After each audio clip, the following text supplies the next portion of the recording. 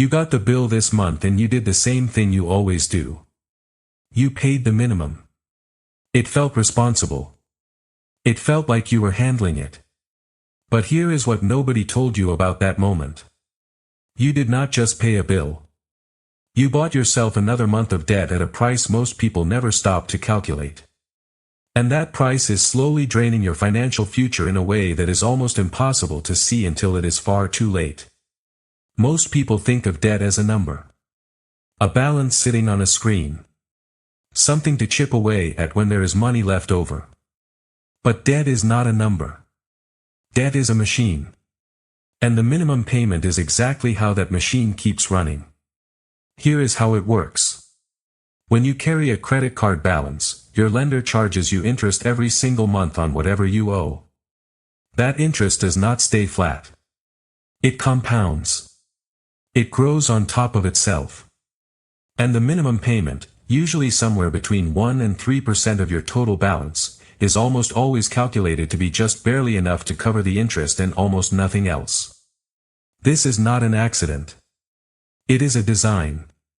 The Consumer Financial Protection Bureau has studied this extensively.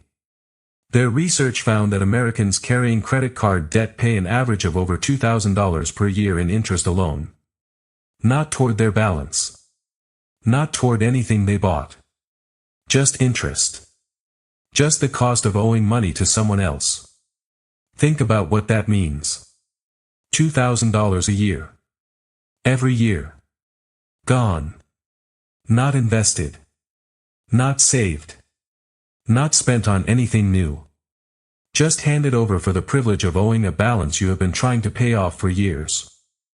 Now compound that over a decade. You are not just losing $2,000. You are losing what $2,000 invested annually would have become. At an 8% average market return, $2,000 a year invested over 10 years becomes nearly $30,000. You are not just losing the money. You are losing the future version of that money. And most people never see that second number at all. This is what economists call the opportunity cost of debt. Every dollar going toward interest is a dollar that is not compounding for you. It is compounding against you. And the gap between those two directions widens every single month you carry a balance. Richard Thaler, the Nobel Prize-winning behavioral economist, spent years studying why intelligent people make consistently poor financial decisions. What he found is that people systematically underestimate the long-term cost of ongoing small payments. The minimum payment feels manageable. It feels almost painless. And that feeling of manageability is exactly what makes it so dangerous. Your brain registers the monthly payment as the cost. It does not register the total cost across years. It does not register the compounding interest.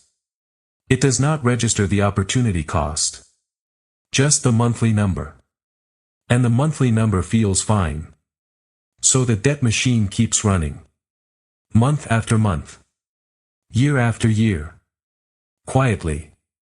Let us put real numbers to this so you can see exactly what is happening. Say you have a credit card balance of $5,000 at a 20% annual interest rate. That is not unusual. The Federal Reserve has reported that the average credit card interest rate in the United States has exceeded 20% in recent years, the highest level recorded in decades. If you pay only the minimum on that $5,000 balance, most calculations show it would take you over 15 years to pay it off. And by the time you do, you will have paid nearly $5,000 in interest on top of the original balance. You will have paid double. For things you bought years ago. Things you may not even own anymore. And here is the part that changes everything. If instead of paying the minimum, you paid just $50 more per month, that 15-year payoff timeline collapses to under 3 years.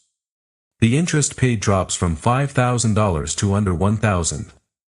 One decision, $50 extra per month, saves you 12 years and $4,000. Not from earning more. Not from a windfall. Just from understanding how the machine works and refusing to let it run on autopilot. Dave Ramsey has built an entire financial movement around what he calls the debt snowball method. The idea is simple. You list every debt you have from smallest to largest. You pay the minimum on everything except the smallest one. On the smallest one, you throw every extra dollar you can find. When it is gone, you take everything you were paying on it and add it to the next smallest debt. The payments stack.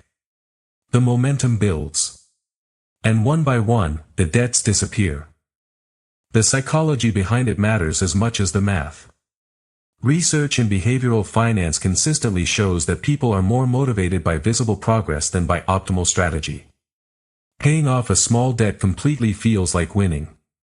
And that feeling of winning keeps people going when the process gets difficult. The debt snowball is not the most mathematically efficient method.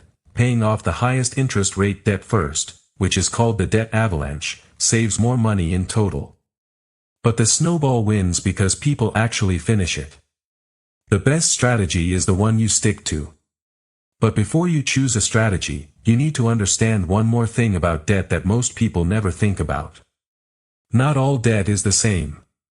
There is a fundamental difference between debt that costs you money and debt that builds you wealth. A mortgage on a property that appreciates in value is not the same as a credit card balance on things you consumed years ago.